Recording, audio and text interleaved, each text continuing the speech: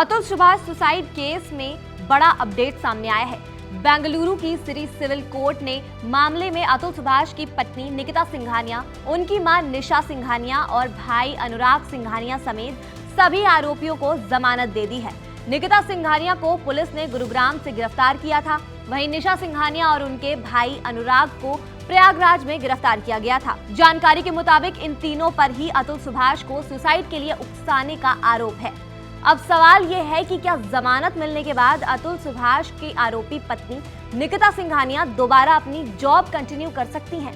दरअसल ऐसे मामलों में आरोपी तब तक निलंबित रहता है जब तक अदालत आरोपी को बाइज्जत बरी न कर दे। हालांकि ये नियम सरकारी नौकरी के लिए है, जबकि निकिता सिंघानिया एक प्राइवेट नौकरी करती हैं। मीडिया रिपोर्ट्स में दावा किया गया है कि निकिता सिंघानिया अपने पति अतुल सुभाष से ज्यादा कमाई करती थी। उसकी सालाना सैलरी लाखों में थी। एक रिपोर्ट में कहा गया है कि इस मामले में पहले निकिता सिंघानिया एसेंचर कंपनी में बतौर AI इंजीनियर के तौर पर काम करती थी। कंपनी के सैलरी स्ट्रक्चर को देखें तो यहाँ औसत सैलरी 11 लाख रुपए है, वहीं AI इंजीनियर को 16 लाख रुपए सालाना मिलते थे। ऐसे में अंदाजा लगाया जा सकता है कि AI इंजीनियर के तौर पर काम करने वाली निकिता सिंघानिया हर महीने 1 लाख रुपए से भी ज्यादा सैलरी लेती थी। अब आते हैं असल मुद्दे पर। नियमों के मुताबिक जब भी किसी सरकारी कर्मचारी पर कोई पुलिस केस दर्ज किया जाता है तो उसे सस्पेंड या टर्मिनेट कर दिया जाता है।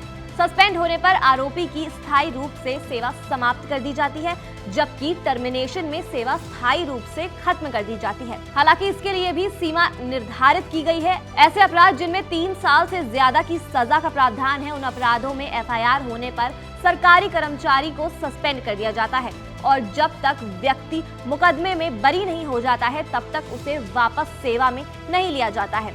अगर किसी मामले में कोर्ट ने 100 रुपए का भी जुर्माना लगाया है और व्यक्ति ने जुर्माना स्वीकार कर लिया है, तब भी व्यक्ति सरकारी नौकरी में नहीं रह सकता। वैसे ये नियम सरकारी नौकरी के लिए है और प्राइवेट नौकरियों के लिए अलग से कोई नियम नहीं बनाए गए हैं। ये कंपनियों पर निर्भर करता है कि वो आरोपी व्यक्ति को नौकरी बरकरार रखते हैं या उसे नौकरी से निकाल देते हैं। वैसे ज्यादातर कंपनियां किसी भी व्यक्ति को नौकरी पर रखने से पहले उसका बैकग्राउंड वेरिफिकेशन करती हैं, जिसमें व्यक्ति पर चल रहे मामलों की जानकारी मांगी जाती है। वहीं अगर केस व्यक्ति की ज्वाइनिंग के बाद दर्ज किया होता है तो ये कंपनी की पॉलिसी पर निर्धारित करता है कि वो उसे नौकरी पर रखेंगे या नहीं।